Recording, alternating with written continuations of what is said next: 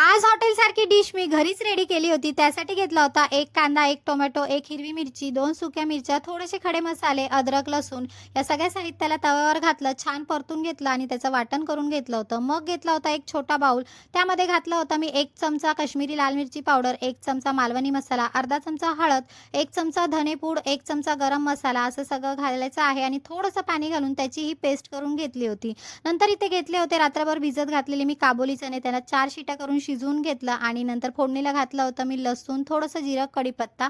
नंतर जी आपण पेस्ट केली होती ती ॲड केली, छान परतून घेतली. मग त्याच्यामध्ये 2 चमचे घातला होता आपला छोलेचा मसाला आणि नंतर जे आपलं वाटण आहे ते ॲड केलं.